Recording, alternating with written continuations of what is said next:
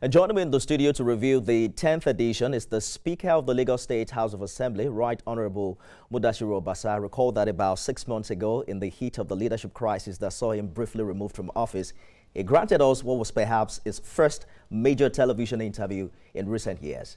Tonight, he returns live and beyond the headlines to speak on the constituency stakeholders meeting, an initiative he launched a decade ago and which has now marked its 10th edition. There are also unavoidable questions about governance, its leadership comeback, accountability, and the future of Lagos politics. Mr. Speaker, welcome to the show. Thank you, sir. And congratulations on the 10th edition of this stakeholders meeting. Thank you. What would you say is the most important outcome you want Lagosians to remember from this year's outreach based on the feedback you got? Well, let me start by saying we thank God for everything, that this is the 10th year that we have started this stakeholders meeting. And it was an idea that was born out of intention to serve our people, to serve our people whom we are representing in the House of Assembly.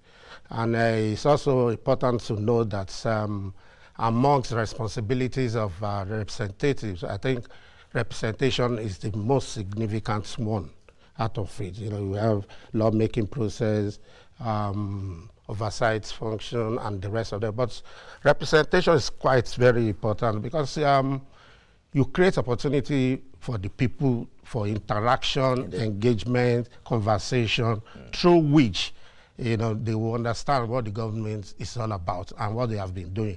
And you, as a representative, the opportunity to do what we call feedback, to brief them all you've been doing and to listen to them as well as to their hopes and aspirations. And this is not limited to the people that supported you during election, even those who were against you. You have to, because you're representing the entirety of your constituency. Even the man in prison, indeed, in the hospital, so you must. So that is why it's very important.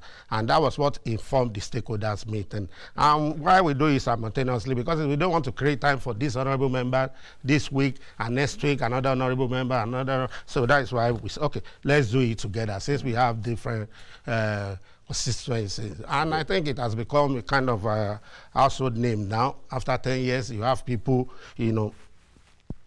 looking forward to it every year. So I think we are making progress.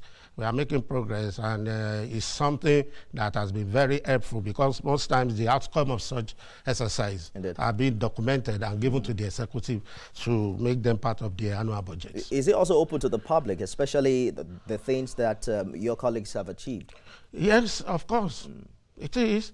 And mind you, in order to reach out to the people, we have a journal that we print quarterly, which states what we have done, and largely, as you know, for us is to make laws, represent, oversight. So, but I think what is missing is the support of the people. I think we are yet to understand what they call governance.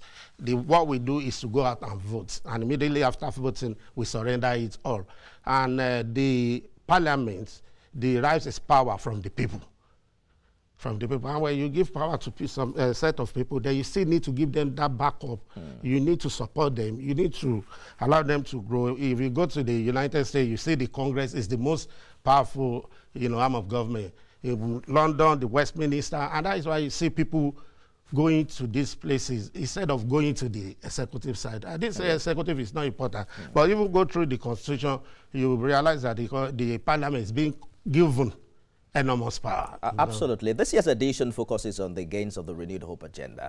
Would you say that Lagosians have really enjoyed renewed hope in the past 2 years, especially at the grassroots? I'm wondering if there are specific laws or motions passed by the House that can point directly to accelerating a renewed hope outcome. Yeah, definitely. So we have been doing that regularly. We talk about resolution. Most times we've done resolution on issue of security. I'm sure you'll be aware of that. You have your some of your people with us, and we've spoken about security solution, and most especially urgent projects, that is on behalf of the people of particular areas. So we've done that by encouraging the executive to make sure such things are done immediately, and also petition mostly. where you have, confrontation, conflict over properties and the rest of them. And we have been doing this. I want to appreciate the executive on this, because most times after our resolve, that is resolution, they've been able to act on it. There's a long-running debate about constituency projects, especially in the wake of autonomy for local governments. Some civil society groups now argue that you doing these projects blurs the separation of powers, that lawmakers should rather stick to oversight and lawmaking, not project execution. Well, it depends on what you mean by constituency project, because we don't do that in the Lagos State House of Assembly. We don't dabble into the functions of the executive, because we cannot be legislator and at the same time executive. Because you are to supervise the executive, you are to watch them through oversight functions. But when we are not involved in the activities, so how do you do that? So we don't do that. What we do in the House of Assembly, like I said, during the stakeholders meeting, we listen to our people. Issues that has to do with project they raise, we now surrender it to the executive for them to implement. So it is the executive that implement these projects? Yes, you gather at your stakeholders? Yes, exactly. So you're saying that lawmakers are not directly involved? No, not at all, not in Lagos. Oh, beautiful. That sounds good. How do you, because some have said that, perhaps the reference has been for national lawmakers. I mean, lawmakers both in the House of Reps and Senate who really do have these constituency projects. How do they keep the Assembly's oversight role robust while also sponsoring projects? Do you think they perhaps need to learn from what Lagos is doing? Well, I think what they do is also similar with what we do at the state level. I've not heard or seen where any of them embark on projects making or construction of any project. Perhaps it's the influence that they have over exactly. Yeah, you have the right to influence as a legislator. It depends on the relationship between the House or an individual member of the House with a specific ministry. So you can influence. It is allowed you influence in the interest of your people. So I think that is what they do at the National Assembly as well. I've not seen or heard where each of them has been in charge of construction or otherwise. How effective is holding the stakeholders meeting once a year? Because one would think that you are supposed to represent your people. You should always continually engage them.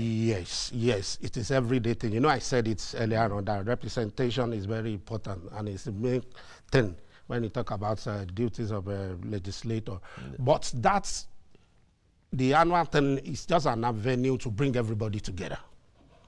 To bring everybody together, to share ideas, to say the way you feel about it and the thing you think. Most times it's not about projects, it's not about tiring of road, construction of drainages and all that. But, you just want to hear from your representative as to what has been happening.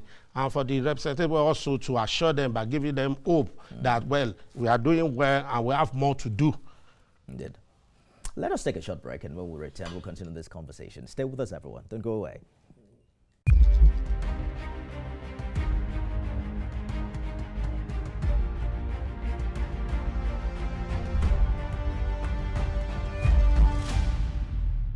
Right, Honourable Mudashiru Ajayi Obasa is the Speaker of the Lagos State House of Assembly. Thank you for staying the course on the program. Yes. Let us talk about it for a minute. You have occupied elective position since 1999, right? Yeah. First as councillor before joining the House of Assembly in 2003.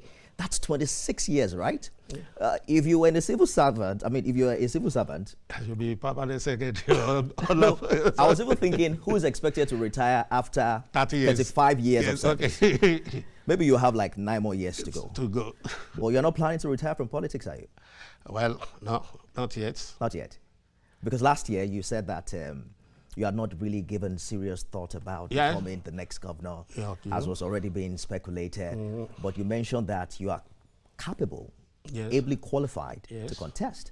So now that you've weathered the political storm, returned as Speaker, do you still rule out a 2027 the question was, am I preparing to retire as a politician? And you said no. And I said no. And then I'm wondering, what's next? What next? Life. You had a conversation with one of my old colleagues 7 years ago on this channel. And I remember you were telling her, it was Azizat, and you were saying that I have been councillor, I am now Speaker, I cannot go back. The next place to go is governor or senator. That was exactly what you said? Oh, yeah, it was a conversation. Yeah, it was a conversation. It wasn't assertive statement. So you don't have an ambition to be governor? Well, I'm not denying that, but let me just explain. You see, now we are talking about politics, and you have to be a member of political party. Indeed. So, and if you're a member of political party, you have to believe in the leadership of the party. So you get to a stage where you cannot determine what is next for you. You may on your own, you may that, oh, I want to aspire to become this. On your own, you may. But if you have respect for the party and the way the party is being managed, you know that the party leaders will sit together and decide who will be next. You understand? So as a speaker, as a deputy governor, as a senator, you know, so it's all about consultation, engagement with the party leaders. But you as a person have your ambition now. For instance, now, by 2027, you have spent like 24 years in the House of Assembly. Do you see yourself being speaker in another 4 years, or a member of the House? A member of the House of Assembly? But for you to be a speaker, you have to be a member of the House. First. Yeah, first. So do you see yourself extending your stay by another 4 years in this same House? Not really. That is what I've just said. You know, but there is life ahead. So let us contemplate at living that life. What's your relationship with Mr. Governor like, right? Oh, my brother, you know, it's my brother, it's my it's my colleague in progress, you know. We've been around together for a long time, you know, serving the people of Lagos State, and we are still doing that. So, and he has been very active, you know, at working, serving us. You know, we are cool. You know, we really can't have this conversation without revisiting the extraordinary and historic way you returned to power. Okay. Many Nigerians have not gotten over the part also that saw you removed and reinstated. How do you reflect on that now, 6 months after? Well, for me, let me appreciate my colleagues, you know, my colleagues in the House of Assembly, my brothers, my friend, you know, very loyal, very dedicated, with high level of commitment to the service of people in Lagos. You know, they've always been there, we've been together, and they are doing tremendously well. I'll just say, you know, even within a family, you have your misunderstanding, and that is all I would love to say about that. When you returned in March, it was described in some reports as a commando-style comeback. You know, like accounts of heightened security presence, dramatic plenary session, there was deep division within the House. Looking back at that incident, do you consider that manner of return a show of strength? Does it bother you that it probably had left scars on the legislature's image and credibility? No, I don't think so. I don't think so. There was nothing about, you know, the commando style. No. If you know, the contention was that following the due process, we have rules in the House. Okay. You know that if anything has to be done, you just have to follow the rules. And mind you, thereafter there was a court judgment. So, which was in your favor? Yes. So, as I said, I don't want us to... But what has that really done to the relationship with your colleagues? We are very cool. We are close, doing well. At least the 10 years celebration of my speakership, you had all of them. They all spoke on the floor of the House. At least nobody pointed the guns at the head. So have you really forgiven them? Why should I? They've always been there. You know, we started since 2015. So from 15 to this period, how many years? So if you have an issue, it's not enough to feel bad. It's not enough. It's not enough to be against them.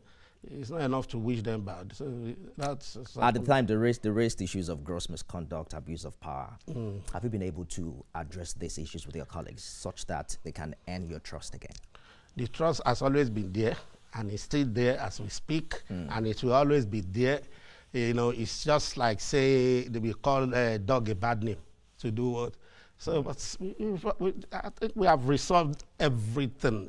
So, and I don't think I would like to revisit, you know, because by trying to exonerate yourself, to explain, to convince people, you know, there's possibility of peeling the healing wounds. So you want it is healing. That's what I want to know. It is healed. Oh, it is healed. No, because if it is completely healed, you won't worry whether it's something. I'm not worried. Yes. I'm not worried. At least we've been doing everything together.